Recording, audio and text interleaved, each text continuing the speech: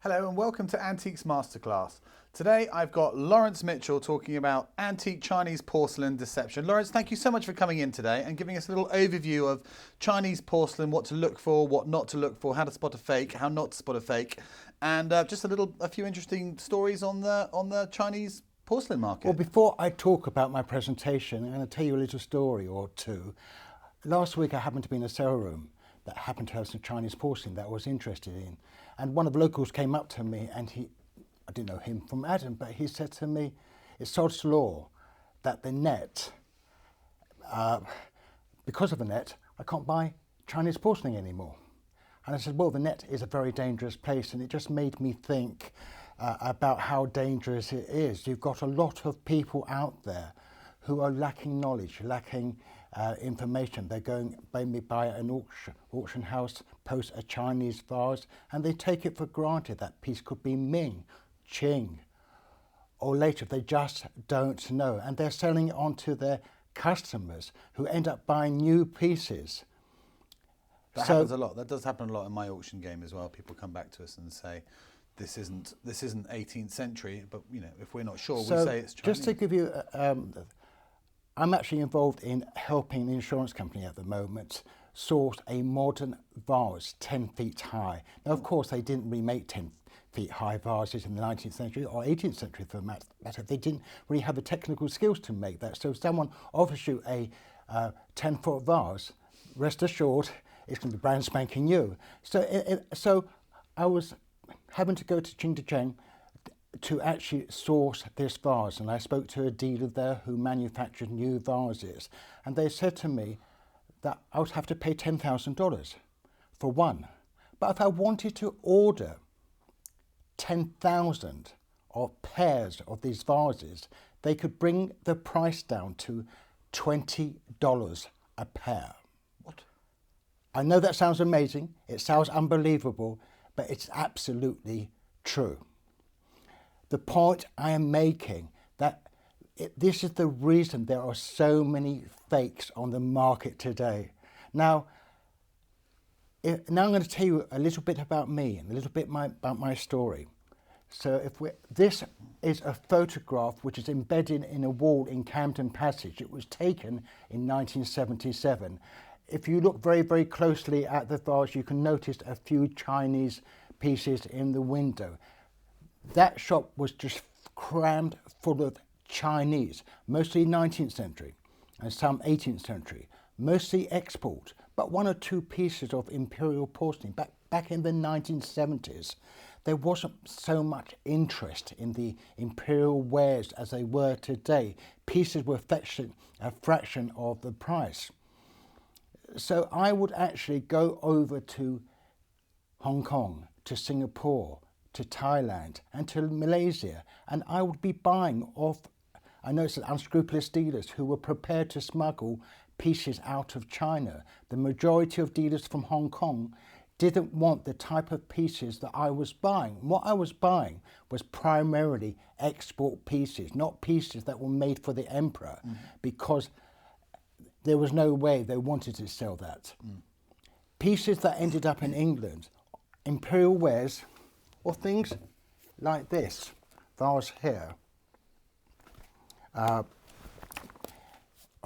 These pieces are very, very important pieces.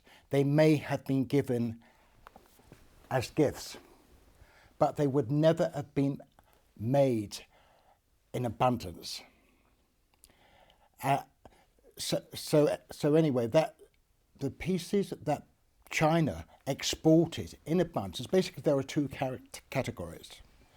There were those pieces made as imperial wares made for the emperor, and those that were made for export. And we're going to be talking about these pieces in a moment, but I'm actually going to be talking about perhaps who actually started the whole idea of deception and fakes. It was actually Augustus the Strong. He was the benefactor and founder of the Meissen factory. And he amassed an amazing collection of predominantly Chinese and Japanese porcelain. We've seen this in your Meissen talk that you did earlier, yes. Very, very much so. Yeah. So, right, and it's one of the most important collections of its type in this world. But because of him, all the other members of the European aristocracy and English, if you go into any stately home, Blenheim Palace, Woburn Palace, the Queen's Collection, you are going to see an abundance of Chinese export porcelain. But spot an imperial piece, an imperial vase, which is mark imperial, that is the mark is made at the time of the vase, you're very unlikely to do so. Maybe one or two, but certainly not hundreds. But if you were to add up all the pieces of Chinese export that are sitting in stately homes, and we're talking about important vases, very much like what I'm going to show you in a moment, you're talking about hundreds or thousands of pieces, an immense collection. There was something like 100 million people in China in the 18th century. Certainly in the 19th century, all they did was make porcelain. Porcelain to be exported to the West. It was their biggest export, wasn't it? Very, very big. Quite amazing. So what Augustus the Strong did, he did something that no one else had ever attempted to do. He created a trademark for his Meissen porcelain. The trademark, of course, is the cross swords mark that was applied to Meissen in 1722. However, there was a certain Frenchman around 1730 who wanted Meissen porcelain without the mark, or Meissen porcelain painted with the mark over the glaze, because he had deception in mind, and that was to sell Meissen porcelain as authentic Chinese and Japanese, because back then Chinese and Japanese ceramics was far more expensive than Meissen. So perhaps that got the ball rolling, as it were. What Augustus Strong didn't realise was that his trademark would eventually be copied in the 19th century. Which we all know about now. Which we all know about that. But then back then there wasn't any copying as such. Now you might say, I'm sorry, Laurence, you've got it all wrong. In China they were already copying. Subtly different from being deceptive. You might find in the Kangxi period, which is the first of the Qing period, When is that? It was about 1662 to 1722.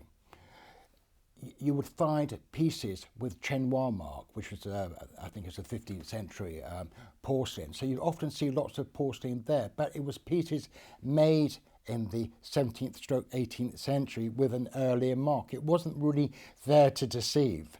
It was in the style of the earlier porcelain. Now, of course, when I went out to Hong Kong, I saw a lot of these new reproduction vases. And I thought to myself, no way could I see a market develop. But more than likely, where the market really developed was the advent of the internet. And that is why I say the internet is a very dangerous place if you're a novice. Even if you're an expert. I can tell you a story of a colleague of mine who lost over £100,000 buying on a photograph, and I know of other people who have lost more money. Very dangerous. And a lot of these... You have to niche, don't you? You have to, I mean, I do say this quite a lot, but you have to niche in a certain area to become an expert in that particular field. You have. So what I want to talk about is the Chinese didn't use trademarks. Instead, the more valuable and finely painted pieces for the emperor bore the emperor's reign mark. Of course, the marks got copied. Now we're going to look at the greatest, most important emperor of all. That was the Qing dynasty reign mark, or Qin Nong. Was it 1700s to 1910 or something? 1940? It was the middle of the 18th century. I'm not quite sure the exact dates. I think it was 1750 to about 1786 or thereabouts. So this is the Qin Nong mark. The Emperor Qin Nong was the most important of all the Qing emperors, and he loved culture. He loved the culture of Europe. So he collected all sorts of items in all forms, many of which would get copied. So now we're going to be looking at the dangers of buying on the internet. Now, of course, you all heard about Bainbridge's famous Qinglong vase. Now, I happened to be there a couple of days before viewing the vase, and I was with a Chinese client, and it was on the day when they were holding a 2-minute silence, and it was very, very funny because Mr. Bainbridge came up and, sorry, you've got to all remain quiet, not utter a sound, not utter a movement. And this guy was actually holding the vase like that, so he actually had it in his hand like this, and for 2 minutes he just sat there motionless because he was a bit embarrassed. He didn't know what to do. I don't think he was the buyer, mind you. Anyway, as you know, it fetched £43 million plus the buyer's premium. That was amazing. But as you probably know, he didn't sell it there and then. It took 2 years to be sold, and then it had to be sold, I believe, through Bonham's private treaty for roughly half that amount. Can we see them? You've got... So these are the two vases. Now, what I was going to say to you before was, would you know which was authentic and which was a fake just by a photograph and without handling? No, they look very similar from the photograph. Now, you might say, of course, this has got to be fake because it's darker in appearance, but of course that's the light from the actual photograph. But this actually was purchased. It actually went up for sale in Canterbury auction rooms. Canterbury auction rooms kindly supplied me this photograph, and they were hoping to get, I don't know, £6,000 to £8,000 for it. Was this made very recently to copy this? This, I think this was sold in 2011. Okay. The vase was sold, I think, in 2010. And so the buyer, who was Chinese, actually paid £5,000 after the sale for this vase, which is a huge amount of money for a modern reproduction vase that probably only costs a few pounds to be made. That is the danger of buying on the internet. But you can see the quality. I mean, obviously that's 43 million versus £5,000, but the quality of this does sing compared to... If we go carry on further on, this is again looking at the vase from a different angle from the front. Mark again. So you've got a very, very good Qinglong mark. Normally the rim on that particular piece is sharper. If you were to put your finger round the rim on the surface of the ring, it will almost cut into your skin. That is normally the mark of something that's been modernly reproduced. Mm-hmm. The original rim would be much smaller, would be more rounded off, and it also wouldn't have a shine. So that's the way people can potentially see if it's rubbed because of the age, it would have got smoother over time, and if it's a bit sharper, then that's a warning sign that it could be a fake. Very, very much so.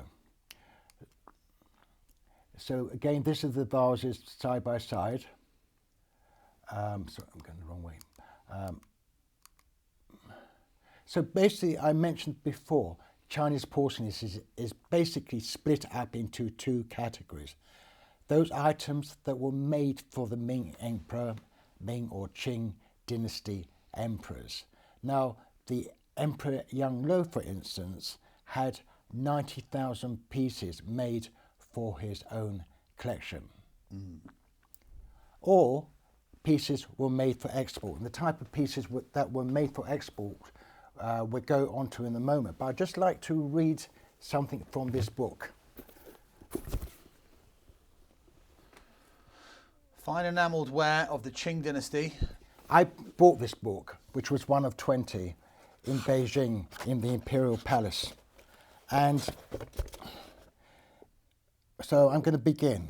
It is generally known that the collection of the National Palace Museum, formerly at Taiping, but now in Taichung, Taiwan, is a monumental store of Chinese culture and art. So I'm not actually going to read all of it, but just relevant factors. So it talks about 20,000, a collection of 20,000 items that were put together. And it was only really put together in the 1950s. And what it talks about is each reign of the Ming emperors made its own porcelain, and a total of over 8,000 pieces of the Ming period are in the Palace Museum. The best porcelain of all the Qing period belongs to the three reigns of Kangxi, Yangcheng, and Qinglong, each of which introduced some new features while preserving the old traits. Another 8,000 pieces, the fruit of the creative genius of this golden age, have thus been added to this collection. Altogether, the Palace Museum, together with the National Central Museum, which is now located in Taiwan and whose porcelain collection has been also a part of the former imperial court, contains no less than 20,000 articles. Now, I've been to this museum in Taiwan, and it's absolutely breathtaking when you just see these vases, just as you go into the entrance, just lined up. Each vase is some only a mere few centimetres high, are worth literally millions each. Now, imagine 20,000 times £1 million as being a base price of what some of these items are worth. And imagine that perhaps 100 items in that collection are as rare or even rarer than the vase that made £43 million. Just showing you what, so this book contains the very, very best. And